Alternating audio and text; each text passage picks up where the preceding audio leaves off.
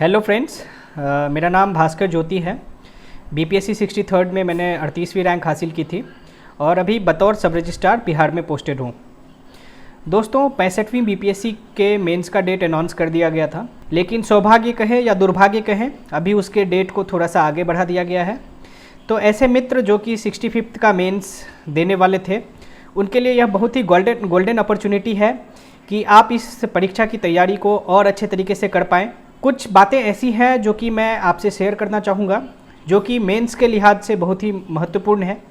दोस्तों, मैं बार बार एक बात कहता हूँ कि जो सिविल सेवा परीक्षा की जो परीक्षा होती है, उसमें जो 3 चरण होते हैं, प्रारंभिक परीक्षा, मुख्य परीक्षा तथा इंटरव्यू साक्षात्कार, उसमें से जो पहला 2 चरण है, मतलब जो पहला और आखिरी चरण है, मतलब प्रीलिम्स का और इंटरव्यू का जो चरण है, उसमें कहीं ना कहीं लक फैक्टर काम करता है। इंटरव्यू में आधे घंटे के अंदर, 15 मिनट के अंदर, 20 मिनट के अंदर आपको अपना आउटपुट देना होता है। कभी अच्छा लगा, कभी बुरा लगा, आपको पता नहीं। उसी तरह प्रीलिम्स में भी क्या होता है कि कभी 1 क्वेश्चन गलत हो गया, 2 क्वेश्चन गलत हो गया, आप रेस से बाहर हो जाएंगे। लेकिन मुख्य परीक्षा, मतलब जिसे हम मेंस परीक्षा कहते हैं, उसे कहा ही मुख्य परीक्षा जाता है और शायद यही कारण है कि यह मुख्य परीक्षा ही मुख्य हो जाता है। आपके चयन के लिए यह सबसे ज़्यादा महत्वपूर्ण हो जाता है। इसमें आप जितना ज़्यादा स्कोर करेंगे, आपकी जो निश्चितता होती है चयन होने की, वह उतनी ज़्यादा बढ़ जाएगी। तो इसलिए आपको मुख्य परीक्षा के लिए बहुत अच्छे तरीके से तैयारी करनी चाहिए और इसमें आप जितना एफर्ट दे सकते हैं, जितना एफर्ट लगा सकते हैं, आपको सबसे ज़्यादा एफर्ट अपने मेंस एग्जामिनेशन के लिए ही लगाना चाहिए। तो अभी जो अतिरिक्त समय आपको मिला है, मैं कुछ बातें डिस्कस करूंगा कि अंतिम समय में आपको क्या करना चाहिए, जिससे आपके अंक बढ़ सकते हैं, जिससे आपके सिलेक्शन की संभावना काफ़ी ज़्यादा बढ़ सकती है। तो दोस्तों, सबसे पहले आप अभी इस बचे हुए समय में ज़्यादा से ज़्यादा राइटिंग प्रैक्टिस कीजिए, क्योंकि practice makes a man perfect, यह आपने सुना होगा और यह निश्चित रूप से उपयोगी भी है और सार्थक भी है। आप जितना ज़्यादा प्रैक्टिस करेंगे, जितना अभ्यास करेंगे, उतना ज़्यादा आप इसमें मार्क्स ला पाएंगे। करत करत अभ्यास ते जरमती होत सुजान, रसरी आवत जात ते सर पे परत निशान, बहुत पुरानी कहावत है। इसलिए आप ज़्यादा से ज़्यादा प्रैक्टिस करें। दोस्तों, मैं अपने पुराने वीडियोस में, पुराने लेक्चर्स में ये भी आपसे बार बार कहता हूँ कि आप अपने हैंडराइटिंग पर ध्यान दीजिए। अभी जो 64वीं मुख्य परीक्षा की रिजल्ट अभी घोषित की गई है कुछ ही दिन पहले, लगभग 1 सप्ताह पहले, उसमें हमने पाया कि ऐसे मित्र जो कि यूपीएससी का भी इंटरव्यू तक दिए हुए हैं, यूपीएससी का मेंस दिए हुए हैं या बीपीएससी में पहले से चयनित हैं, उनका भी मुख्य परीक्षा में चयन इस बार नहीं हो पाया। इसका 2-3 कारण है कि वह जीएस के आंसर्स में या अपने ऑप्शनल के आंसर्स में उतना अच्छा परफॉर्म नहीं कर पाए, अपने राइटिंग या अपने प्रेजेंटेशन को बहुत ज़्यादा अच्छा नहीं कर पाए, जिसके वजह से उनका चयन नहीं हो पाया। दोस्तों, चूँकि अभी परीक्षाएँ लगातार हो रही है बिहार में, इसके वजह से प्रतिस्पर्धा काफ़ी कड़ी हो गई है, कंपटीशन टफ हो गया है और इसके लिए मतलब भीड़ से आपको यदि निकल के इंटरव्यू के लिए कॉल लेना है या फाइनली सेलेक्ट होना है, तो उसमें आपको काफ़ी सारी यूनिक चीज़ें करनी होगी जो दूसरे लोग नहीं करते हैं। और उसमें सबसे इम्पॉर्टेंट जो बात है, मैं बार बार कहता हूँ कि आप अपने अक्षर को सुधारिए, अपने हैंडराइटिंग को सुधारिए, क्योंकि आप अंदर क्या लिख रहे हैं, कंटेंट क्या लिख रहे हैं, यह तो बाद में देखा जाएगा। जो फर्स्ट चीज़ होता है, जैसे कॉपी आई, एग्जामिनर के पास जब कॉपी आई तो उसमें वो सबसे पहले देखेंगे कि वो कैसा दिखता है। इससे एक साइकोलॉजिकल जो है सो इम्पैक्ट पड़ता है एग्जामिनर के ऊपर। यदि आप अच्छी हैंडराइटिंग में चीज़ों को लिख रहे हैं तो उससे जो है सो प्रथम दृष्टया समझ लीजिए कि आपने एक बहुत ही अच्छा इम्पैक्ट, एक बहुत ही अच्छा प्रभाव एग्जामिनर के मन पे छोड़ दिया है। उसके बाद आपका काम हल्का हो जाएगा। इसलिए ऐसे मित्र जिनकी हैंडराइटिंग बहुत अच्छी नहीं होती है, वह भी प्रैक्टिस कीजिए, ताकि आप जो 3 घंटा का समय होता है उसमें यदि आप थोड़ा स्लो भी लिखें, थोड़ा कम कंटेंट भी लिखें, लेकिन जो भी लिखें उसको बहुत अच्छे तरीके से लिखें, वो प्रेजेंटेबल हो। यह बहुत ज़्यादा इंपॉर्टेंट है, इस बात को आप लाइटली मत लीजिएगा। आपसे बहुत सारे लोग कहेंगे कि हैंडराइटिंग से ज़्यादा मतलब नहीं है, कंटेंट मैटर करता है।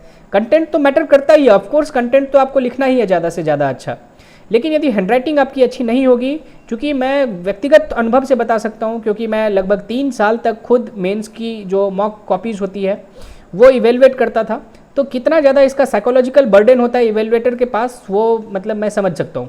इसलिए आप हैंडराइटिंग को अच्छा कीजिए। बचे हुए समय में आप जो ट्रेडिशनल क्वेश्चन होते हैं, लोग बहुत आसानी से कह देते हैं बीपीएससी में क्वेश्चन रिपीट होता है। सबको पता है कि हिस्ट्री के क्वेश्चन रिपीट होते हैं, साइंस एंड टेक्नोलॉजी के क्वेश्चन रिपीट होते हैं।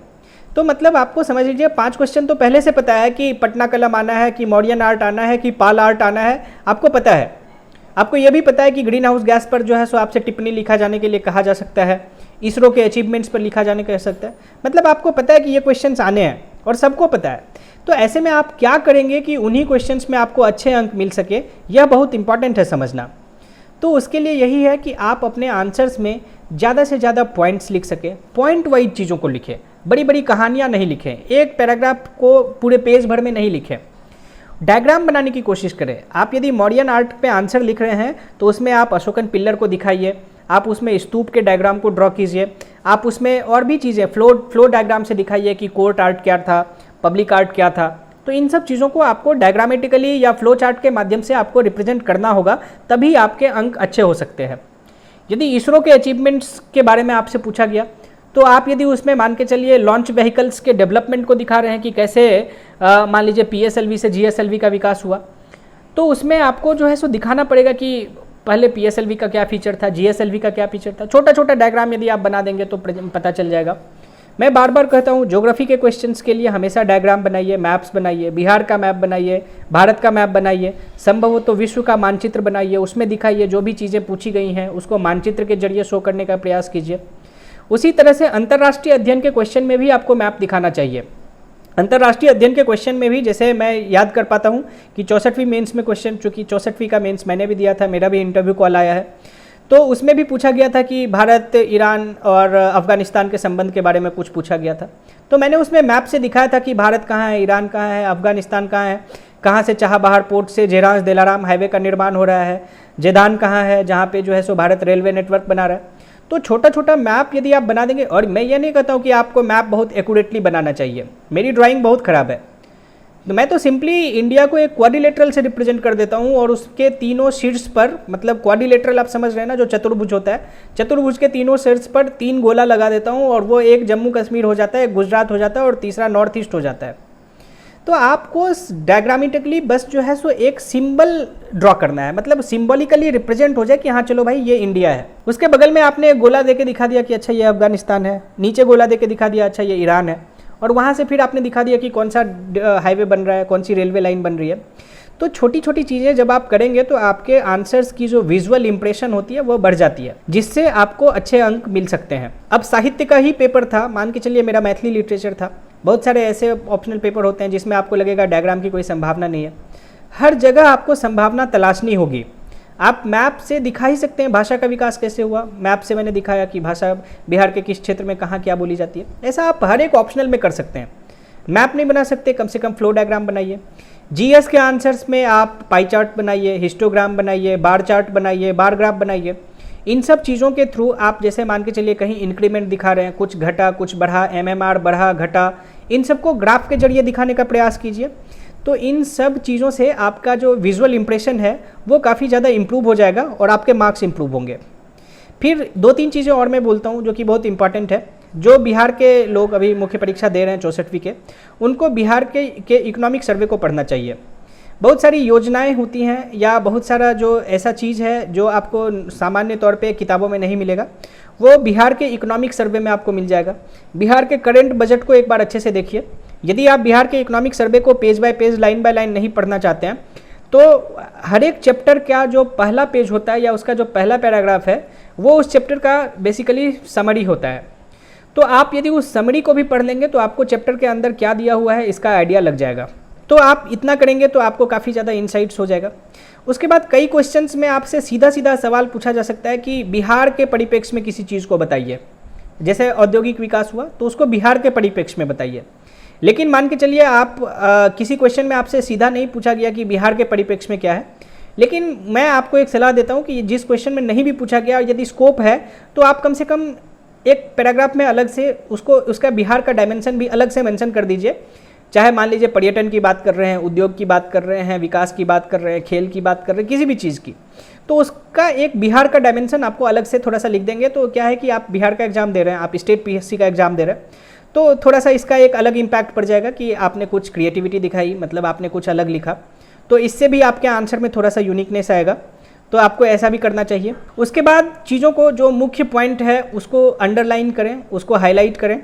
तो इससे क्या होती है कि उसकी विजिबिलिटी बढ़ जाती है। अब मान के चलिए आप यदि किसी सिविल सोसाइटी के बारे में लिख रहे हैं तो सिविल सोसाइटी के बारे में यदि फॉर एग्जांपल राधेश्याम यादव जी ने कुछ कहा है तो उसको आपने यदि हाईलाइट कर दिया और जो एग्जामिनर हैं वो जानते हैं कि हाँ राधेश्याम जी कोई थिंकर है जिन्होंने इसके बारे में लिखा है, तो उससे उनके दिमाग में ये चल जाता है कि अच्छा आपको नॉलेज है इस चीज़ को, तो ज़्यादा डिटेल में पढ़ने की आवश्यकता नहीं है। तो चीज़ों को हाईलाइट कीजिए, जो मेन पॉइंट्स होते हैं उनको हाईलाइट करने का प्रयास कीजिए। ऑप्शनल पेपर जो है जिनका पॉलिटिकल साइंस है, सोशियोलॉजी है, अब देखिए सोशियोलॉजी एक ऐसा ऑप्शनल है जिसमें आप 80% चीज़ें अपने हिसाब से लिख सकते हैं, मतलब उसमें किसी चीज़ को पढ़ने की आवश्यकता नहीं है। फैमिली हो, मैरिज हो, विमेन का रोल हो, ये सब तो सामान्य चीज़ें हैं, जीएस में भी लोग पढ़ते हैं या कॉमन परसेप्शन से भी इन आंसर्स को लिख सकते हैं। लेकिन यही गलती करते हैं जिसके वजह से मार्क्स हमें नहीं आती है।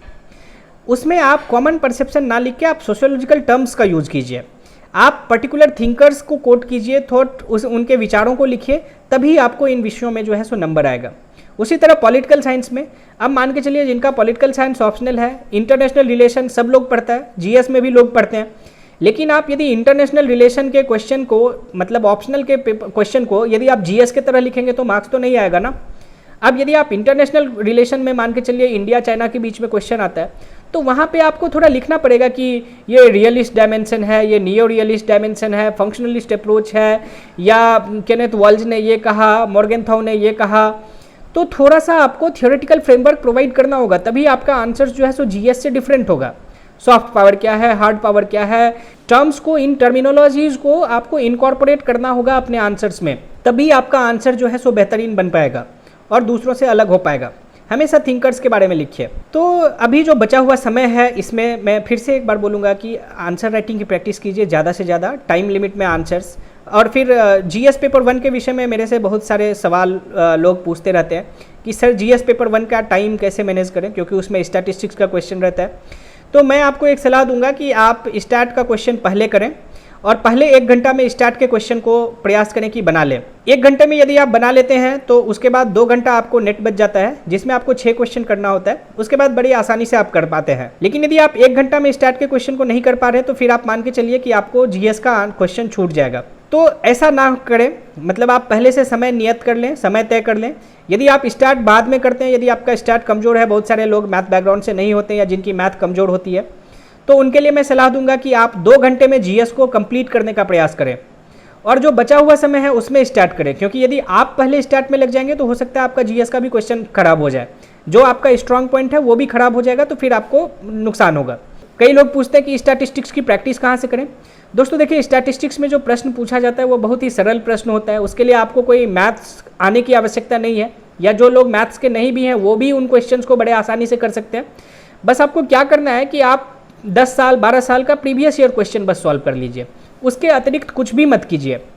यदि आप प्रीवियस ईयर क्वेश्चन भी सॉल्व कर लेंगे, क्योंकि उसमें क्या है कि आपके पास कैलकुलेटर तो है ही, कैलकुलेटर आपको अलाउड होता है, तो आपको खुद से तो कैलकुलेशन नहीं करनी है, बस आपको अप्रोच पता होना चाहिए कि परसेंटेज कैसे निकालते हैं। बेसिकली तो परसेंटेज का ही क्वेश्चन होता है ना, तो परसेंटेज कैसे निकालते हैं, इन सब चीज़ों को थोड़ा सा देख लीजिए। और यदि नहीं हो पा रहा है, नहीं समझ पा रहा है, तो आजकल तो यूट्यूब पे हज़ारों चैनल है, आप एसएससी के कुछ क्वेश्चंस को बना लीजिए, एसएससी में इसी तरह का क्वेश्चन आता है। यदि आप उनको भी सॉल्व कर लेंगे तो आपका जो बेसिक फंडामेंटल कॉन्सेप्ट्स है वो क्लियर हो जाएगा। तो स्टैटिस्टिक्स को बहुत ध्यान दें, क्योंकि देखिए मैं बार बार कहता हूँ कि कंपटीशन जब बहुत टफ हो गई है, तो ऐसे में आप यदि स्टैटिस्टिक्स का क्वेश्चन छोड़ रहे हैं या गलत कर रहे हैं तो आप लॉस में जा रहे हैं, आपको नुकसान होगा। तो इसलिए उसको अच्छे से करें। और चूंकि यहाँ पे मान के चलिए 72 नंबर का स्टैटिस्टिक्स का क्वेश्चन रहता है, तो सिर्फ आंसर निकाल देने से आपको मार्क्स नहीं मिलेंगे। जैसे आप 9वीं 10वीं में जब मैथ्स बनाते थे तो स्टेप बाय स्टेप लिखते थे कि चूंकि ऐसा इसलिए हुआ, ऐसा ही हुआ, तो इसलिए ऐसा इसलिए हुआ, तो आपको ये सब चीज़ें भी वहाँ पे लिखनी पड़ेगी। आप जब मैथ्स का क्वेश्चन सॉल्व करेंगे तो आपको पेपर में ये लिखनी पड़ेगी कि जो यूनिटरी मेथड से जैसे आप सॉल्व करते थे ना एक एक नियम से, उसी तरह से एक एक नियम के तौर पे ही आपको एग्जामिनेशन में भी एक एक स्टेप को लिखना पड़ेगा, तभी आपको ठीक मार्क्स मिलेंगे। स्टैटिस्टिक्स पे बहुत अच्छे से ध्यान दीजिए, नहीं तो आपके अंक कम हो जाएंगे और फिर आपका सिलेक्शन नहीं हो पाएगा, या मान लीजिए सिलेक्शन हुआ भी तो अच्छा रैंक नहीं आ पाएगा। तो इसलिए स्टैटिस्टिक्स को बहुत अच्छे तरीके से ध्यान दीजिए। जो पेपर 2 है करंट अफेयर्स, उसके लिए जो है सो आप किसी भी एक रिपूटेड मैगजीन, जो कि यूपीएससी के लिए जो भी रिपूटेड मैगजीन है, कोचिंग है, उनके किसी भी एक मैगजीन को नियमित रूप से पढ़िए, आपको जो करंट अफेयर्स का क्वेश्चन है उससे कवर हो जाएगा। और अखबार हर दिन पढ़िए, राज्यसभा टीवी के डिबेट्स को देखिए, उससे बहुत सारा चीज़ कवर हो जाएगा। तो इन चीज़ों को यदि आप करेंगे तो आपके आंसर की गुणवत्ता बढ़ेगी और आपको निश्चित रूप से अच्छे अंक मिलेंगे। जो बचा हुआ समय है उसमें आप यही सब चीज़ें यदि करेंगे तो आपके निश्चित रूप से अंक बढ़ जाएंगे। जो लोग 65वीं की मेंस दे रहे हैं उनको शुभकामनाएं। 66वीं का भी नोटिफिकेशन मोस्ट प्रोबेबली अगस्त में आने वाला है, तो उनके लिए जो अभ्यर्थी तैयारी कर रहे हैं या वो एग्ज़ाम देना है वो भी अच्छे तरीके से तैयार हो जाएं, अपनी पढ़ाई नियमित रूप से करते रहें। 64वीं का रिजल्ट आ गया है मुख्य परीक्षा का, उसकी इंटरव्यू की जो तैयारी कर रहे हैं उनको भी मेरी शुभकामनाएं। आपने बहुत बड़ा मुकाम ऑलरेडी हासिल कर लिया है, अब बस आखिरी चरण में है, आप निश्चित सफल होंगे। यदि कोई परेशानी होती है तो आप DKT के माध्यम से या मेरे फेसबुक के माध्यम से और ट्विटर के माध्यम से आप कभी भी मेरे से जुड़ सकते हैं। आप सबका रिस्पांस बहुत ही अच्छा रहा है, धन्यवाद DKT का एक बार फिर से ये मौका देने के लिए। दिल्ली नॉलेज ट्रैक के माध्यम से मैं लगातार आप सबके साथ इंटरैक्ट करता रहा हूँ, तो एक बार फिर से आप सभी का धन्यवाद, शुभकामनाएं, बहुत बहुत धन्यवाद।